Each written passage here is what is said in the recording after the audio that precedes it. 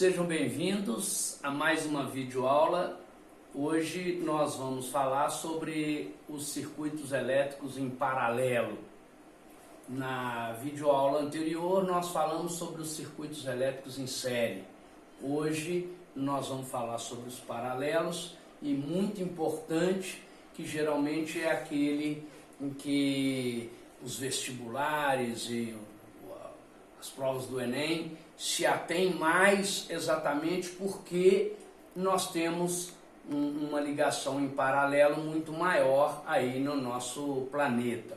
Uma vez que as ligações em paralelo, elas se distinguem das ligações em série em um aspecto muitíssimo importante. Na ligação em paralelo, repare aqui, ó, eu tenho um caminho percorrido pela corrente elétrica. Esse caminho percorrido pela corrente elétrica, ele vai se desfazer em outros. Então, ó, a corrente elétrica que vem aqui vai passar uma parte por essa resistência, outra parte por essa outra resistência, e a outra parte vai passar por essa outra resistência. Então, o caminho da corrente elétrica é dividido em tantos caminhos quantas resistências eu tenho aqui no meu circuito, né? Repare esse desenho aqui, é um desenho similar. Eu posso desenhar aqui em forma de quadrado, mostrando essa mudança, ou eu posso vir aqui e também seguir caminhos diferenciados aqui, né? A equação geral que nós vamos utilizar é a lei de Ohm, V igual a RI, onde o V representa a queda de tensão ou voltagem da minha bateria ou fonte. O meu R representa as resistências, que são os meus consumidores de energia elétrica, e o meu I é a corrente elétrica que percorre o circuito. Tá bem? Eu trouxe para vocês aqui um desenho, mostrando aqui uma ligação em paralelo. Ó. Veja bem, o caminho percorrido pela corrente elétrica, quando chega no paralelo, ele vai, então uma parte da corrente vai para um lado, outra parte vai para o outro. Se eu tivesse mais resistências aqui, eu dividiria com os demais também esse caminho percorrido. A grande vantagem, então, que eu citei para vocês, ó, no paralelo, uma vez que eu desligue essa lâmpada, por exemplo, retire essa lâmpada, a outra lâmpada vai continuar funcionando normalmente. Enquanto que num circuito em série, por exemplo, que é o que nós vimos na aula anterior, isso não acontece. Quando eu retiro um elemento do meu circuito, todos aqueles elementos que estão em série com ele param de funcionar. E no circuito em paralelo, não. Eu posso retirar um e o outro continua funcionando. Essa vantagem, então, né, ela exatamente faz com que você possa, então, utilizar na sua casa o circuito em paralelo. Você tem a lâmpada, a televisão, o computador, você tem uma série de elementos elétricos na sua casa, e aí você pode ligar ou desligar cada um deles sem afetar ou sem interferir diretamente na ligação do outro, né? Então eu posso acender a lâmpada e posso ligar o chuveiro.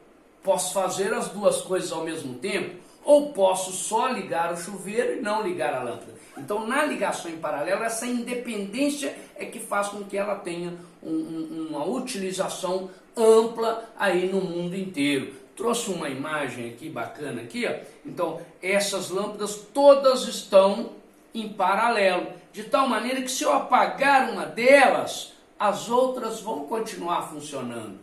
Se eu quiser ligar apenas a metade delas, ou ligar uma só, ou se eu quiser ligar todas, eu posso fazer isso porque elas estão em paralelo. Nosso objetivo principal aqui hoje é determinar através de cálculos qual é o valor da corrente elétrica que percorre neste circuito quando nós temos aí duas ou mais lâmpadas, por exemplo, ligadas em paralelo. Não apenas as lâmpadas, mas qualquer outro elemento representado aqui pelas nossas resistências. Tá bem? Então eu vou pegar aqui uma situação de um circuito elétrico parecido com aquele anterior. Vou pegar também essa imagem nesse formato aqui. É um formato simples da gente entender e visualizar. Eu tenho aqui 3 elementos ligados em paralelo: R1, R2 e R3. Então, podem ser 3 lâmpadas, assim como pode ser uma lâmpada, um chuveiro e um forno elétrico. Então, são 3 elementos ligados. Estão ligados aonde? Estão ligados aqui, né, numa fonte, uma bateria, por exemplo, né, ou na tomada lá da sua casa, eles estão ligados. Uma vez estando totalmente fechado o circuito, vai percorrer uma corrente elétrica I. Total aqui, a minha fonte tem uma queda de tensão ou voltagem V e as resistências são dadas por esses valores aí. Nós temos 2 maneiras, pelo menos, distintas de calcular os valores desse circuito em paralelo. Eu vou começar pela mais simples e depois nós vamos examinar a segunda proposta, que é um pouquinho mais aprofundada, mas que vai representar um grande ganho para a gente na hora de analisar os circuitos mistos, que será a etapa final do nosso estudo aí de circuitos elétricos, tá bem? Então, a primeira delas, vamos colocar valores, conforme nós colocamos na aula anterior, nós fizemos a suposição de que eu tenho uma bateria, por exemplo, de automóvel aqui, e tenho 3 resistências, R1 igual a 2 ohms, R2 igual a 3 ohms e R3 igual a 1 ohm. Esses valores foram os mesmos valores escolhidos para resolver o exercício do circuito em série, né? Porém, os resultados, conforme depois vocês vão comparar, serão totalmente diferentes. No circuito em série, é um circuito de baixa potência. E esse circuito que nós estamos analisando é um circuito de alta potência. É um circuito onde vai passar uma corrente elétrica maior. Tá bem? Então, veja bem. A equação para poder utilizar é a lei de Ohm. Então, V igual a RI. Repare que, já tendo o V e já tendo o R, será simples, então, calcularmos o valor da corrente elétrica. Farei isso de forma separada aqui, né? Eu tenho, então, a voltagem no meu circuito igual ao valor da resistência vezes o valor da corrente elétrica. Como é um circuito em paralelo, cada uma das resistências será percorrido por uma corrente elétrica diferente. A resistência 1 será percorrida por uma corrente 1, a resistência 2 por uma corrente 2 e a resistência 3 por uma corrente 3. Então, nosso papel será calcular o valor dessa corrente elétrica em cada uma deles. Eu tenho uma voltagem que é comum a todas elas, também característica do circuito paralelo. Todas as resistências que estão em paralelo têm a mesma voltagem, nesse caso aqui, 12 volts. Todas elas estão ligadas em 12 volts. Então, a corrente elétrica é o V dividido pela resistência. Então, eu tenho aqui 12 volts, a queda de tensão da minha bateria, e a resistência 1, 2 ohms. Tenho como resultado uma corrente elétrica 1 de 6 amperes. A corrente elétrica 2, por sua vez, será V dividido por R2, então 12 dividido por 3, 4 amperes. E, finalmente, a corrente elétrica 3 será a voltagem dividido pela resistência elétrica 3, eu tenho aí 12 volts dividido por 1 ohm, então são 12 amperes.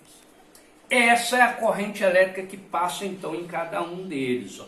No primeiro, uma corrente elétrica, eu tenho 2 ohms, 12 por 2, 6 amperes. No segundo, 12 dividido por 3, 4 amperes. e no terceiro 12 dividido por 1, 12 amperes, são os valores calculados aí, uma corrente elétrica para cada um desses elementos aí.